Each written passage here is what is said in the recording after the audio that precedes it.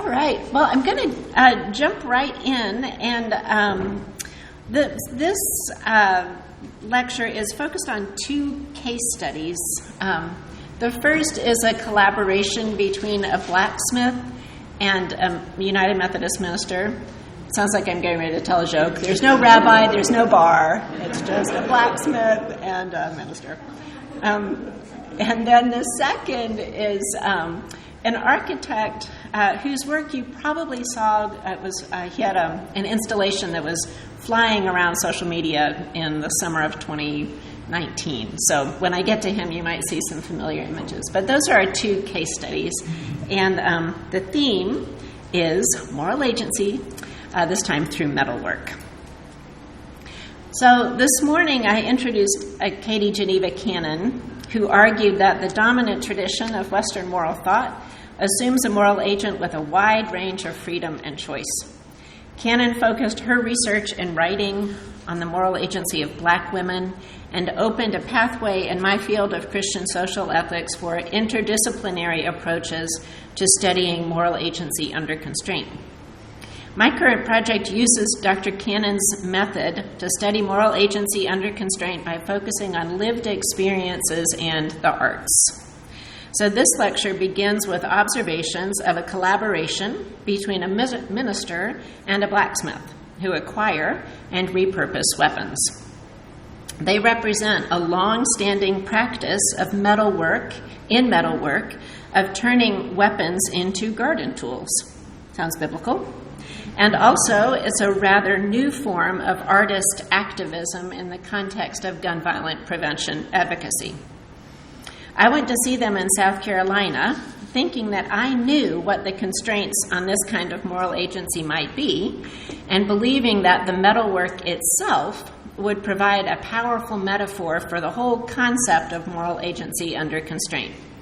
Both of these assumptions were dismantled immediately, and I found myself wrestling with the criticism that projects like mine smuggle in the values of the researcher.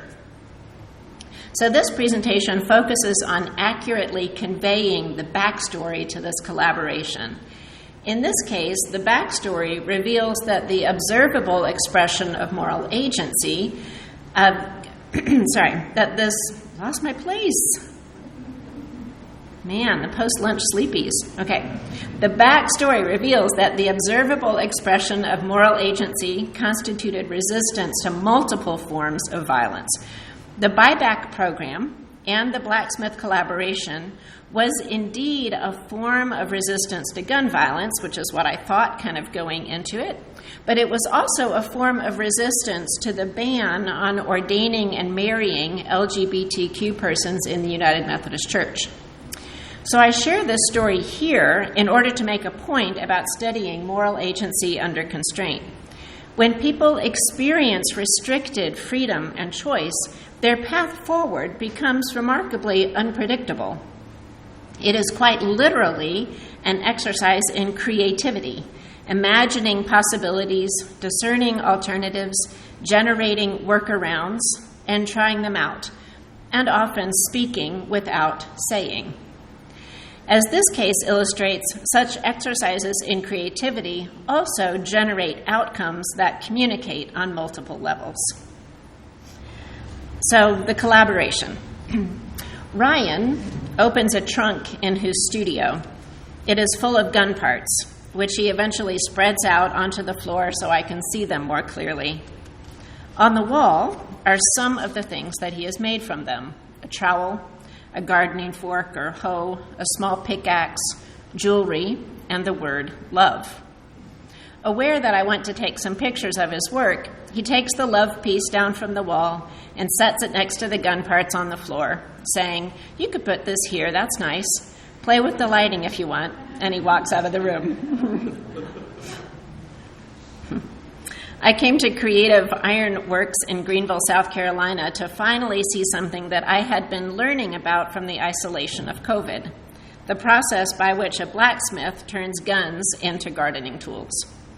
As a pacifist who also teaches courses on nonviolent resistance, I have been fascinated by the repurposing of weapons for a long time. As an ethicist, I have become admittedly preoccupied with the metaphorical power of metalwork to describe moral agency under constraint, which I define as, you might remember, claiming creative power to pursue a perceived good under conditions that thwart its realization. What I learned in watching Ryan, his son, and his apprentice transform a gun into a trowel, though, is that the metal doesn't constitute much of a constraint. Once the gun parts get to Ryan's studio, artistry and metallurgy, heat, hammers, and saws take it from there. And it took about an hour with conversation.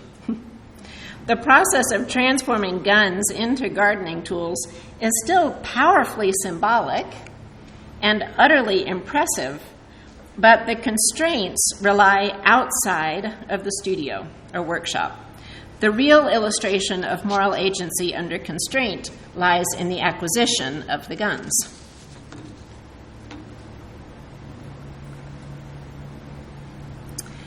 Ryan's trunk included parts from 20 guns acquired by Reverend Hillary Taylor in Saluda, South Carolina.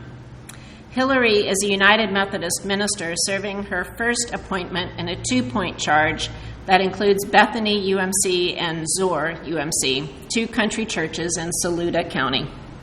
She is a gun owner, a supporter of the Second Amendment, and an avid deer hunter. She is also deeply troubled by gun violence and has her own past struggles with depression and suicidal thoughts. I went to interview Hillary assuming that I knew what the constraints would be. I assumed that she initiated a gun buyback program as a creative response to the social constraints of gun culture, political constraints of legislative processes, religious constraints of ecclesial institutions that are unwilling or unable to overcome the cultural idolatry of guns, especially but not solely in the South. What I learned was that her gun buyback program was a creative response to another constraint altogether. Like other progressive United Methodists, Hillary was greatly disturbed when the 2019 General Conference of the United Methodist Church passed the Traditional Plan, which continues to ban LGBTQ clergy from ordination and all clergy from officiating a same-sex marriage. And it even increases the penalties on those who defy the bans. This vote was doubly painful to those like Hillary, who both opposed the plan and remained in the process of seeking ordination in the church. A lifelong Methodist, clear about her call to ministry, Hillary was faced with continuing through a process in an institution that transgressed some of her core convictions about God's radically inclusive love for all people and God's calling to all people. So in the spring of 2019, this institution, which had just passed a plan that Hillary vehemently opposed, was requiring her to complete a fruitfulness project. The instructions for the South Carolina Conference invite those seeking ordination to be as creative as necessary to demonstrate your ministry and the equipping of others to fulfill the church's mission. Hillary had planned to offer a circle process for church members to discuss their feelings about the passage of the One Church plan, which was the more progressive alternative that was outvoted by the Traditional Plan. So when the Traditional Plan passed, Hillary was upset. One night while she was scrolling through social media, she came across the work of a blacksmith and nonviolent activist named Mike Martin and his organization, which is called Raw Tools. It's R-A-W, all caps, tools. Raw is the inverse of war. That's the cleverness of the name, Raw Tools. She found herself thinking, why can't the church do this kind of work? Why does it have to be so consumed with, stupid things, like what it actually thinks about human sexuality? Why are we still talking about that? Why can't we do, actual justice-filled, theologically meaningful ministries, she said. And then I had a light bulb moment, and I was like, wait, I can do those things. Hillary's response to the traditional plan was not an overt act of resistance to it. She didn't refuse to seek ordination in the church or leave the United Methodist Church for another denomination, for example. Rather, she leaned into the requirement for a fruitfulness project to make a point about what fruitfulness might actually mean. So while walking along this dirt road between cow fields and recently logged land, she explained it to me this way. So for like fruitfulness projects, it varies. You can make a prayer garden, you can establish a pastoral care team, things that you would think are already kind of present, very basic. And I wanted to say, we can think bigger, y'all. We can do more. We can actually do more. I don't have her accent. I can't quite pull that off, but, the words are there. Y'all could do it a little bit better than I could. We can do more. We can actually do more. Now, Hillary is an exceedingly organized person. She is a careful planner with the ability to think about the relational and the structural dimensions of an undertaking like this. She also knows South Carolina very well, and she knows guns. She created a timeline of things that she would need to do, and one of the first was to talk with the sheriff, who said it was an interesting idea, something they had thought about doing and decided against, but he wasn't opposed to it. This emerged as a pattern for Hillary as she talked with different civic and ecclesial bodies about her project. No one opposed it, and no one endorsed it. She was totally on her own. A fan of Shane Claiborne, Hillary eagerly read the book he co-authored with Mike Martin called Beating Guns. She then met them at a festival. She tracked them down, went to a festival, met them, and was able to follow up with Mike Martin to learn the steps for the process of acquiring guns, how much you give for a gun, and what incentives to use. But she had to tailor the whole thing to her local context, something that was made concrete by piecing together a press release. She said, "So I knew I had to frame it in a way that folks would hear it, right? So I decided we would focus on suicide prevention because it actually makes up the vast majority of gun-related deaths in the United States. And nobody is going to tell you can't do this, to prevent suicide. Nobody's going to tell you that." So that's what she did. With the help of a journalist friend, Hillary shaped her press release carefully such that the following language cycled repeatedly through the many news stories about her. Quote, "A hunter and gun owner who said she has struggled with depression and suicidal thoughts, Taylor supports the Second Amendment." And then a quote from Hillary. "But I also know that guns and mental health problems are not a good mix. Self-harm becomes too easy and too easily fatal." In the months leading up to the gun buyback day, she worked with the sheriff's office, the police department, the mayor's office, clergy from 4 area churches, and her own denominational higher-ups. Again, she received neither opposition nor endorsement. The biggest challenge proved to be finding a space to hold the event. She was not allowed to use a Methodist church because they are officially gun-free zones. Other spaces around town, I know, this is amazing to me. Okay. Other spaces around town refused to host the event for fear of appearing to be a gun-free zone. That's true. Finally, Saluda Town Hall allowed her to use a small picnic area near the police department.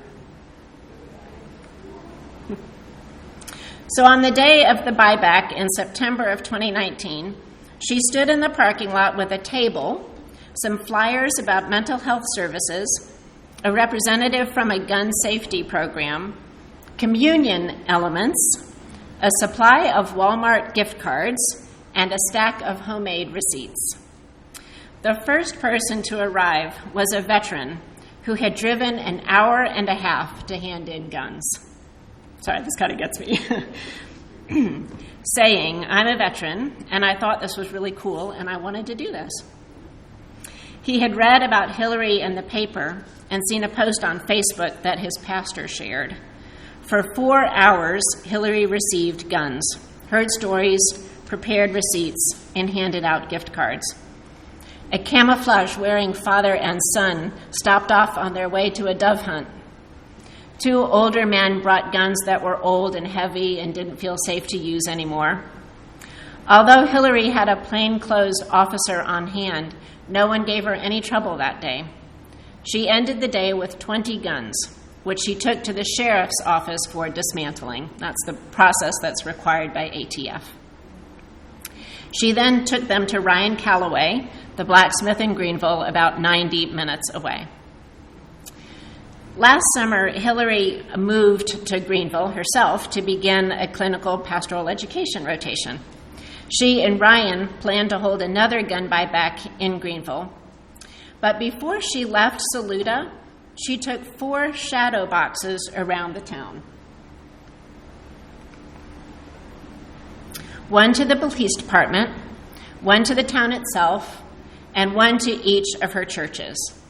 Each box contained a different garden tool made by Ryan from a gun acquired by Hillary. Each box has an inscription thanking others for their support of Hillary's ordination and gun buyback program. It's an amazingly, exceedingly gracious gesture. So, knowing the backstory here, the shadow boxes also communicate a subversive message to the United Methodist Church. Cloaked in compliance with ordination requirements, the shadow boxes represent a ministry that is more focused on the needs of the community than the personal lives and loves of its clergy. They represent a courage to address the dangerous combination of mental illness and gun access in a cultural context in which gun violence prevention is often a third rail of ministry. You do not talk about it, right? They represent the determination of one clergy member to resist her denomination's preoccupation with human sexuality and demonstrate what fruitfulness could and should really mean. For the purpose of my research, the shadow boxes underscore the importance of attending to the backstory in order to understand the full meaning of an expression of moral agency under constraint.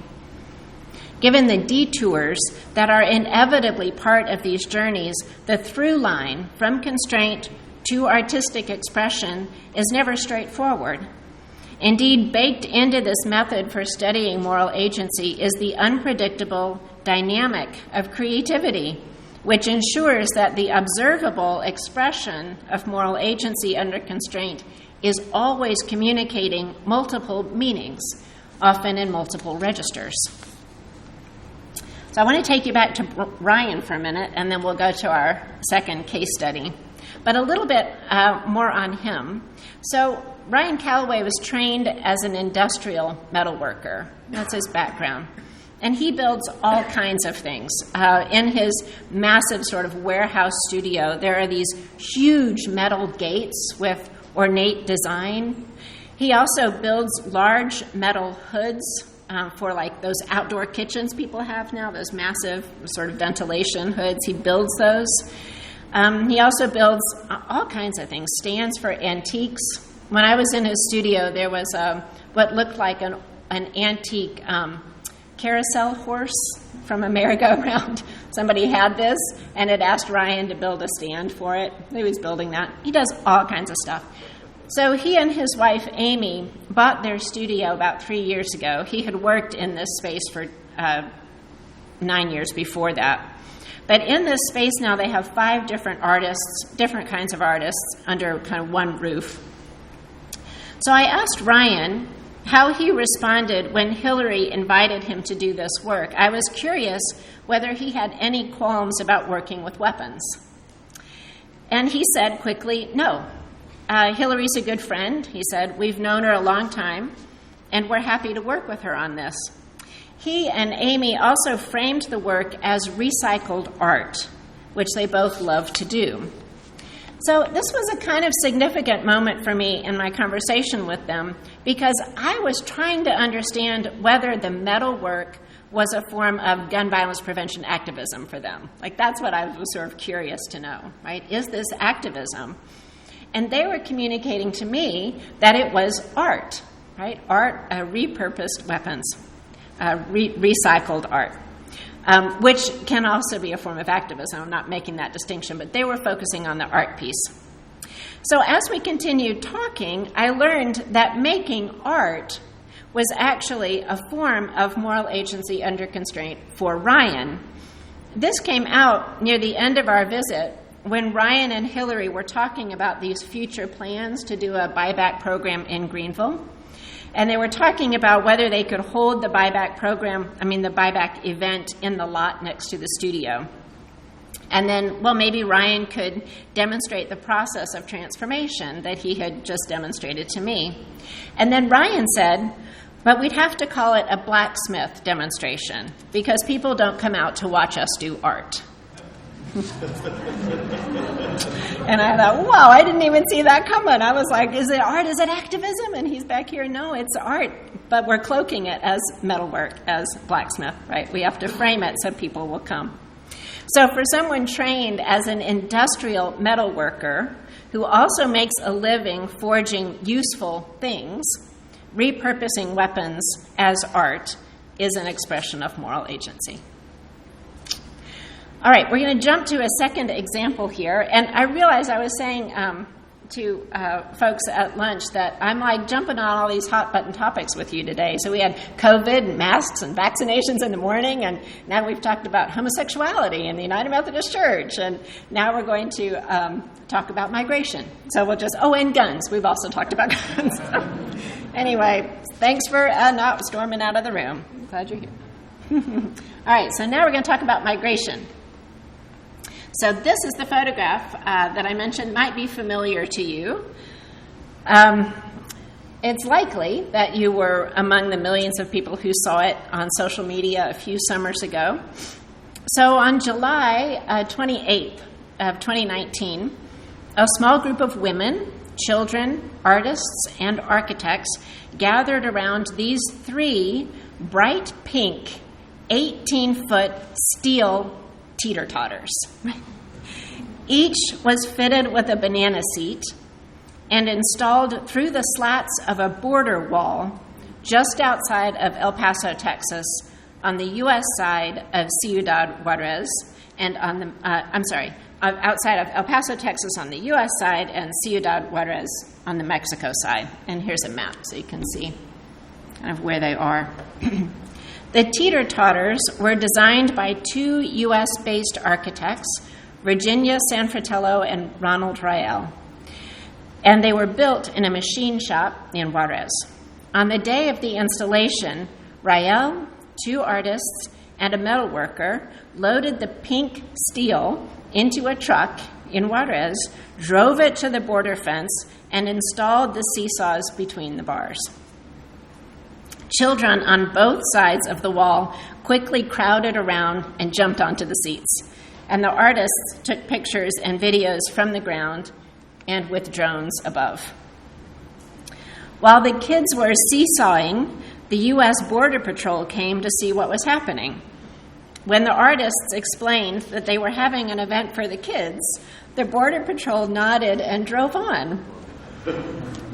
Members of Mexico's National Guard came also, inquired, took some pictures, smiled, and walked away. For 40 minutes, the border wall was turned into a playground. In the words of Ronald Rael, women and children completely disempowered this wall for a moment, for 40 minutes. There was a kind of sanctuary hovering over this event. In these 40 minutes, and thanks to the months of design and construction in pink steel that led up to it, the artists, architects, metalworkers, women, and children transformed that space. They did not take down the wall, of course, but they did resist its power over them. They resisted the meaning that the border wall had given to the land they shared. Let me just say that one more time. They resisted the meaning that the border wall had given to the land they shared. Now, this was all intentional.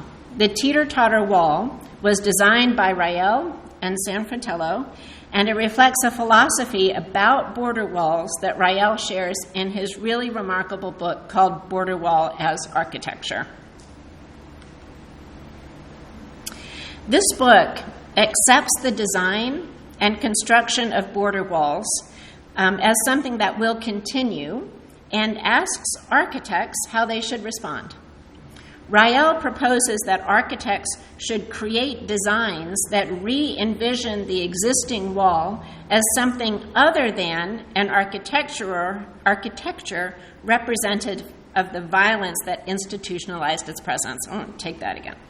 Okay, here's the quote. Rael proposes that architects should create designs that re-envision the existing wall as something other than an architecture representative of the violence that institutionalized its presence. Okay, so again, it's giving it a different meaning. And he proposes 3 principles for his design of border walls. He insists all walls are common walls. All walls are attractors, and all walls are temporary. So his whole architectural philosophy is built around those 3 things. All walls are common walls. They're always shared on 2 sides. There's an inside, there's an outside, right? All walls are attractors. There's a way that we're brought toward the wall from both of those sides, and all walls are temporary. And so he and his colleagues have created and cataloged dozens of designs that reconfigure the wall and the space it occupies in people's lives in the borderland. So I'm just going to show you some of these, and I'll kind of talk about what they are, so it might be a little bit hard to make out. So this one, the top 2 pictures are capturing a library on a border wall. So you have a space that people can access from both sides, and the wall, instead of being a wall, is a bookshelf, right? So people are reaching, so they're coming to the shared wall, they're using the space differently as a bookshelf. The bottom one is a wall that shares a screen, a perpendicular screen, so it functions as a movie theater. So people on both sides of the wall can watch a movie together. These are designs. As far as I know, the teeter-totter wall is the only one he's implemented. These are designs to spark your imagination. He also has a series of designs that involve kind of like making the playground, but making a play space around the wall. So the top one, the wall is functioning as a baseball field, right, on the left. On the top right is something called volleyball, which apparently does actually happen. This is actually a photograph, right? So people using a wall to play volleyball over it. The bottom one is quite striking. This is actually a xylophone. So he's imagining the slats on the wall as a xylophone. And this actually did happen. There was, this is why I wish I could say, here, look at this, and just show you this little video. But there is a video of a percussionist who went to another spot on the border wall one day and took his equipment and played a piece and filmed it. So transforming the wall into a musical instrument. What's important, I think, about these designs is that they don't trivialize the violence that the border wall currently inflicts, or that border walls generally inflict, right? But they do challenge the grip of the border wall on our contemporary imagination. We could actually envision this space differently. That's what it invites us to do, right? As a shared space of communities. The wall as a library, the wall as a shared space watching a movie. The wall as a xylophone. It's shifting the way we think about the space. It strikes me that the architects both acknowledge the presence of the wall, the violence of the wall, and also deny its permanence. So that third principle, that all walls are temporary, I think that's what that's about. By creating different kinds of space at the border, they keep this post-wall future in mind, right? So the wall is there, and there's a future beyond it.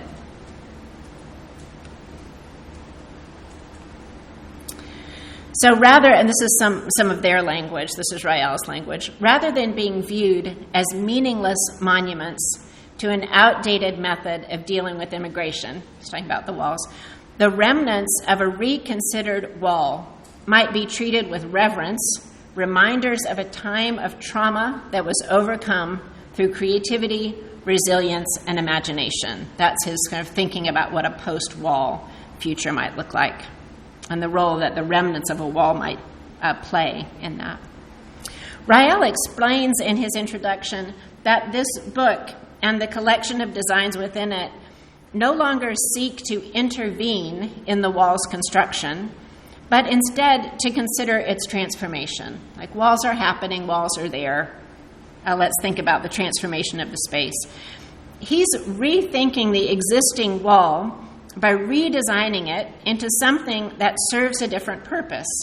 So in dismantling the wall's purpose as a security infrastructure, Rael hopes to make positive contributions to the lives and landscapes of the borderlands.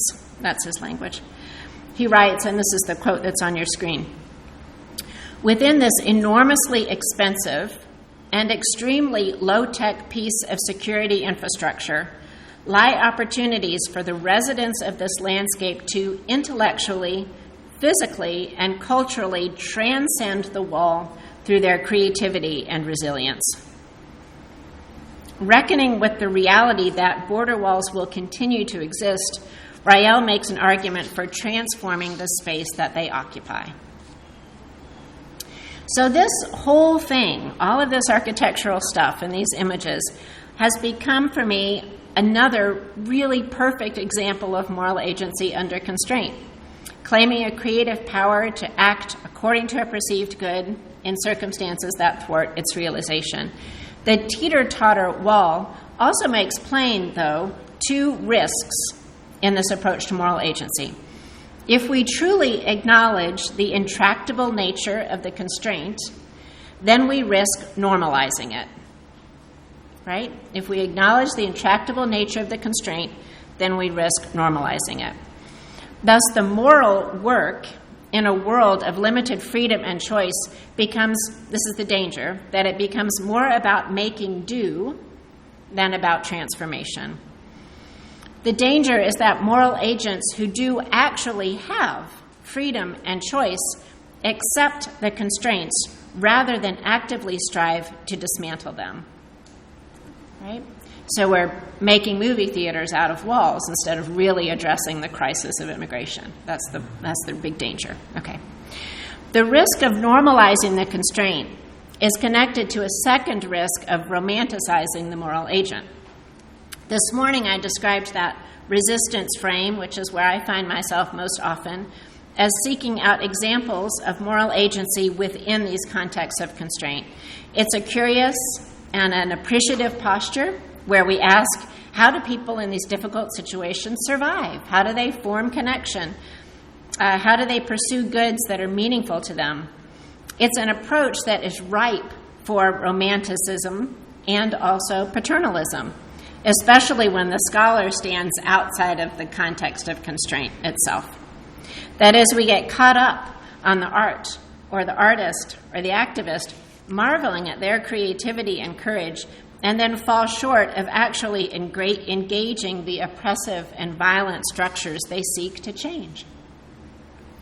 Because the risks of normalizing the constraint and romanticizing the moral agent are ever present, I think it's crucial to remember that, like art and architecture, moral agency is a collective endeavor. The process does not end when we pause to appreciate the design or the creation. Rather, we are drawn into the process of art and agency as we learn about it and tell the story. Hillary's buyback program, Ryan's studio, Rael's book of designs are all part of an ongoing process of transformation in which we are called to participate. All of this is an invitation that awaits a response. This evening, I'm going to talk about examples of moral agency under constraint as a spiritual resource for contemplating the presence of God who is always and everywhere doing a new thing.